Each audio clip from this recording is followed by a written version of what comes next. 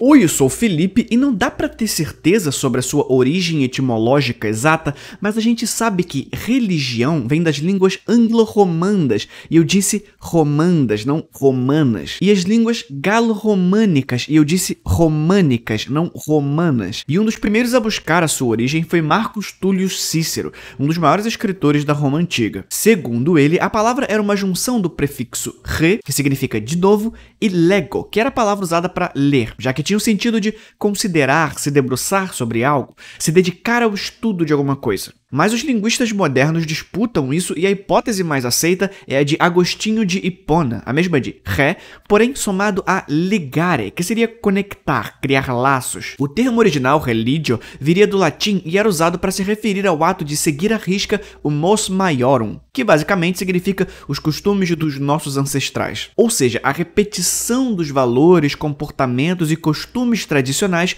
que os romanos acreditavam serem importantes para a manutenção da sua sociedade. Uma espécie de conservadorismo primitivo. Por mais que hoje a gente entenda a religião como uma visão sobre o mundo natural e sobrenatural, o intuito primário era mais sobre o que se fazia do que sobre o que se pensava. Demorou muito para a palavra sair desse contexto secular e passar a ser usada para aqueles que seguiam à risca o que mais tarde chamaríamos de religião romana. E eu disse religião romana, não peraí, dessa vez está certo. De qualquer forma, a religião romana nunca chegou a ter um nome oficial. O mais perto disso era cultus deorum, muito tempo depois, que de forma mais genérica era apenas veneração dos deuses. Daí a importância do seu termo original e mais abrangente, religião. Então faz sentido a gente carregar certas expectativas quando a palavra religião surge. Por mais variadas que elas possam ser, e elas são, já que existem mais de 10.000 religiões, a gente consegue encontrar alguns pontos de semelhança em praticamente todas. O mais óbvio é a crença em um ou mais deuses, mesmo que você tenha exceções como budismo, taoísmo, etc. E o segundo mais óbvio que é a adoração desse deus ou deuses em questão. Talvez porque aceitar a existência de Deus parece vir com a ideia de que devemos algum tipo de devoção a ele ou ela. Afinal, Deus seria o alvo máximo de todas as características positivas, o que nos levanta algumas perguntas. Primeiro, por que Deus precisaria ser adorado? Segundo, será que Deus não é mau e a gente não percebeu? Talvez ele mereça ódio em vez de amor. E terceiro e mais importante, alguma religião reconhece essas perguntas e tornou isso parte do seu dogma? A resposta para essa última é óbvia, claro que sim. Afinal, esse é o tema do vídeo de hoje. Vamos descobrir o que dizem as religiões que odeiam Deus. Vem comigo.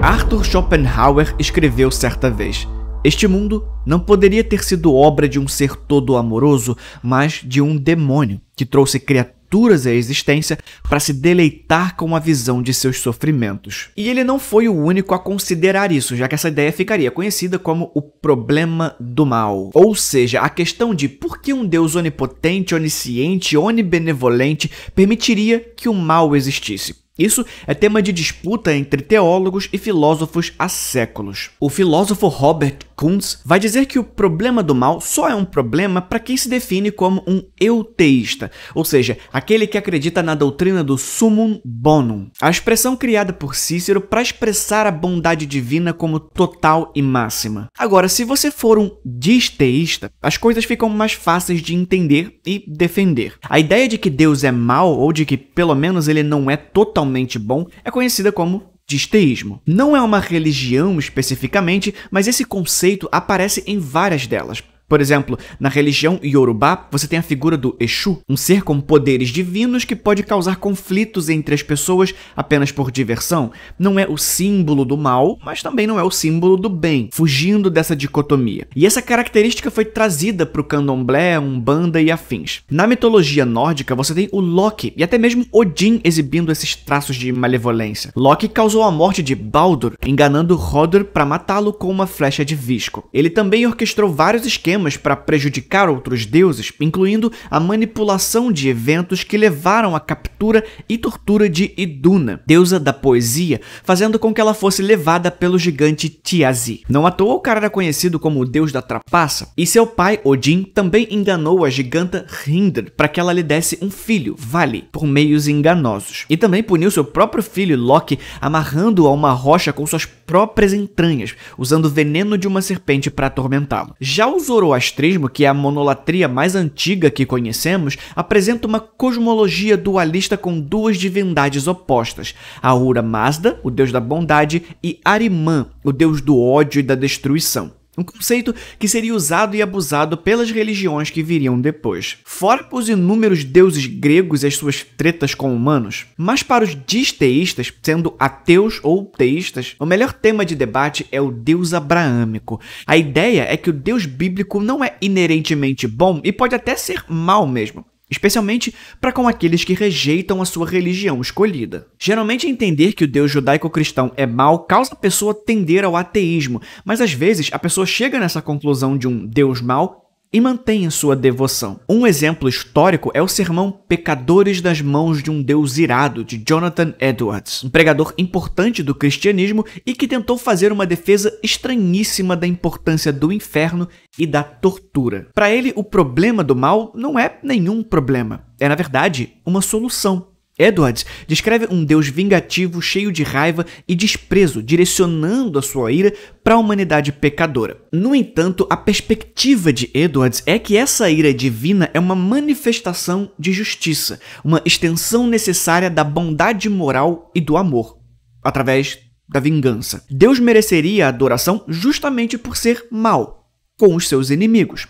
Thomas Paine, um dos pais fundadores dos Estados Unidos e deísta, escreveu em A Era da Razão que as narrativas bíblicas eram repletas de obscenidades, crueldades e vingança, sugerindo que o Deus descrito lá mais se parecia com um demônio do que com um Deus benevolente. E claro, ele não foi o primeiro a fazer esse argumento. Um outro cara que até era deísta, mas acabou se desconvertendo e assumindo o seu ateísmo foi Mikhail Bakunin, um dos principais anarquistas da história e ateu. Em Deus e o Estado, publicado em 1882, ele argumenta que o conceito de Deus era basicamente uma forma metafísica de opressão. Bakunin acreditava que a ideia de Deus mina a liberdade e a autonomia humanas. Daí a sua famosa frase, que tira um pouco de sarro com Voltaire. Se o filósofo francês disse, se Deus não existe, seria necessário inventá-lo, Bakunin vai dizer, se Deus realmente existisse, seria necessário aboli-lo. E essa ideia vai ser importante, porque diferente do disteísmo, que apenas aceita Deus como mal,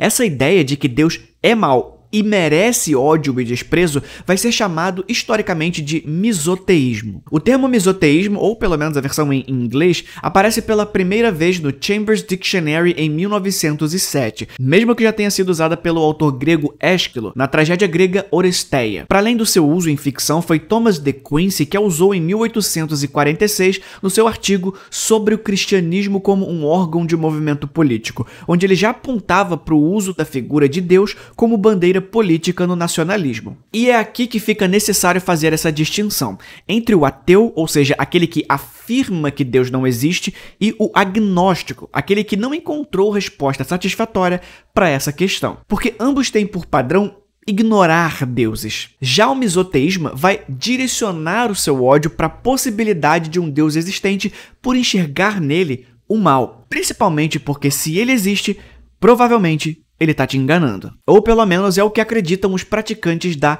gnose.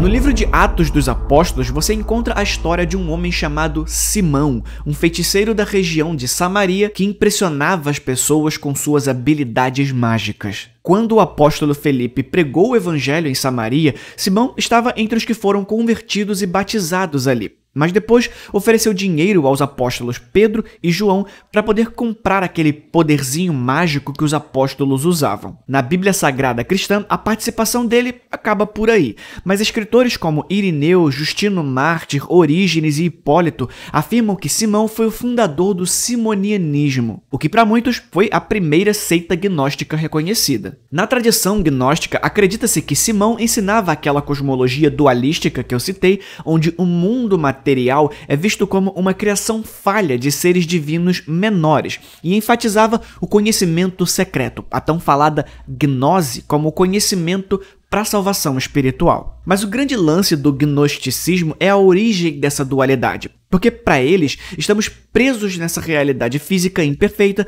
porque estamos enganados por Deus. Na verdade, as raízes do gnosticismo podem ser rastreadas até filósofos pré-socráticos como Heráclito e Pitágoras, que já tinham explorado esses conceitos dualistas, a natureza da realidade e a tensão entre os mundos material e espiritual. Aí chega Platão e apresenta a sua teoria das formas, que basicamente diz que a realidade, a verdadeira realidade, é composta das formas elevadas e perfeitas. Existe um quadrado, que é o quadrado perfeito e que existe assim como forma, como ideia, e existem os quadrados que fazemos na vida real, que são imitações imperfeitas desse quadrado. E esse conceito se repete para outras camadas da existência. Você, os sentimentos, as ideias. O gnosticismo surge como um sincretismo que concilia esses dois movimentos da época. O cristianismo salpicado de filosofia helenística. E é depois de Simão que o gnosticismo cristão começa a ressignificar o Antigo Testamento. Porque dentro dessa ideia, o Deus do Antigo Testamento seria apenas um ser imperfeito,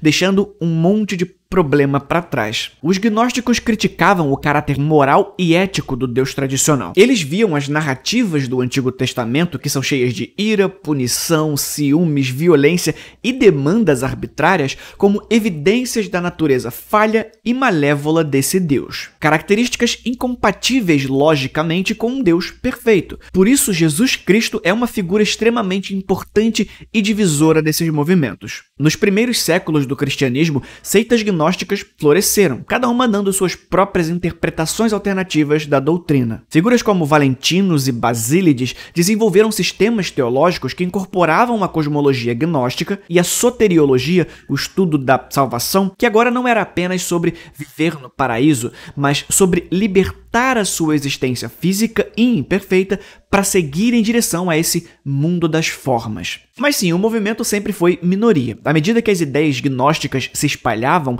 elas enfrentavam oposição significativa das autoridades cristãs ortodoxas emergentes. Pais da igreja como Irineu, Tertuliano e Hipólito escreveram extensivamente contra o gnosticismo, condenando seus ensinamentos como heréticos e perigosos, o que para muitos era apenas uma validação das suas ideias, né? Já que era isso que um servo de um deus falso faria. Apesar da igreja ter tentado suprimir o gnosticismo, ele sempre ressurgia, principalmente ali na Idade Média. Os bogomilos e cátaros, por exemplo, foram seitas gnósticas que se opunham à igreja estabelecida e reforçavam um retorno a um estilo de vida mais espiritual, negando a própria carne. No período renascentista, o interesse não só pela gnose, mas também pelo conhecimento esotérico voltou com tudo. Os humanistas redescobriram e estudaram textos clássicos, incluindo aqueles com temas gnósticos. Só que mais recentemente teve um momento decisivo no estudo moderno do gnosticismo com a descoberta da Biblioteca de Nag Hammadi em 1945. Essa coleção de textos gnósticos, perdida desde o século IV, forneceu aos estudiosos acesso direto às fontes primárias, expandindo significativamente a nossa compreensão das crenças gnósticas. Textos como o Evangelho de Tomé, o Evangelho de Filipe e o Livro Secreto de João foram fundamentais para uma ressignificação das percepções gnósticas e a sua crítica ao Deus tradicional. Mas antes disso, uma mensagem dos nossos patrocinadores, que no caso sou eu mesmo. Eu tenho alguns livros publicados de forma independente e se você curte histórias de terror, o link vai estar aqui embaixo. No Meio do Caminho é uma história sobre o amor entre um casal de usuários de drogas, Assim Disse o Universo é um conto sobre determinismo, Satanás em Ré menor é sobre o pior lado humano na hora do desespero, Fios de Horror são mais de 10 histórias perturbadoras e, claro, 3 Pesadelos, que foi meu último livro lançado. Não custa nada dar uma conferida. Mas depois, porque precisamos voltar para o gnosticismo, que claramente está mais para um tipo de religião do que uma religião própria em si, mas dá para resumir o que essas crenças têm em comum.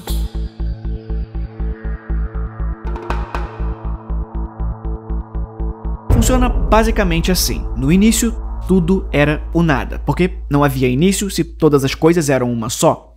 E esse caos de existência que comporta todas as coisas vai ser chamado de mônade, o único, o antes do início, a profundidade, o pai inefável. O mônade, que possui vários éons, ou seja, as muitas manifestações desse verdadeiro Deus, emana do pleroma, que é a totalidade das essências. É a região de luz, basicamente o lugar de residência do mônade. Dependendo da vertente gnóstica, você vai ter infinitos éons. Um desses éons é Sofia, a representação personificada, para a gente entender melhor, da sabedoria, que inclusive dá nome a essas religiões, já que gnose vem de conhecimento. Ou seja, a forma máxima de sabedoria e libertação seria através do contato com esse conhecimento secreto que Jesus trouxe à Terra. O problema é que o mônade é incompreensível, é o caos absoluto por ser uma representação do todo. A instabilidade de Sofia tentando entender isso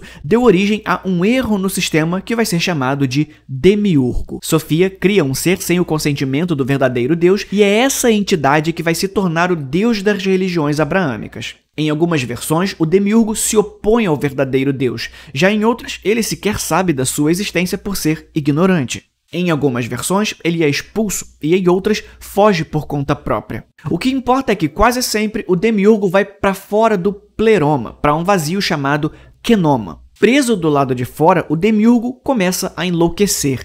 Ele precisa interagir com algo. Então, ele, como o artesão que carrega em seu nome, começa a criar coisas. Criar cópias imperfeitas que ele roubou de Sofia. Esse mundo de cópias imperfeitas criada por um Deus imperfeito é um mundo físico, o nosso universo. O universo, a Terra e toda a criação física é essa cópia imperfeita surgida através do extrato metafísico que Deus roubou do Deus verdadeiro. Além desse universo, ele cria alguns arcontes, criaturas que seriam como semideuses para controlar alguns aspectos da realidade. Os arcontes são como cópias dos éons lá do pleroma. Quando o demiurgo cria a humanidade, são os arcontes os responsáveis por impedir que nós abandonemos essa forma física e imperfeita e retornemos para o pleroma, uma vez que nada disso aqui no vazio é criação do suposto Deus, e sim pedaços roubados lá do Deus de verdade. Mas o mônade não deixou barato e mandou 2 de seus éons para cá para recuperar as suas criações usurpadas. Um deles é o Espírito Santo e o outro é a Palavra, ou apenas Logos. Sim, Jesus Cristo. O Messias era uma das muitas manifestações de Deus que veio transmutado de substância física para trazer o conhecimento secreto de como abandonar a carne e viver somente no Espírito. Ou seja, a passagem de volta para o pleroma. E por motivos óbvios, a criação do demiurgo não lidou bem com a encarnação de Deus na Terra. Daria para ficar por horas aqui dissecando toda a mitologia de cada uma das seitas gnósticas, mas eu acho que deu pra gente tocar pelo menos um pouco na superfície. Resumindo, as coisas são muito mais simples quando você acredita em Deus, mas muito mais complexas e esotéricas quando você começa a odiá-lo. Esse foi o vídeo de hoje, a gente se vê na próxima. Fui.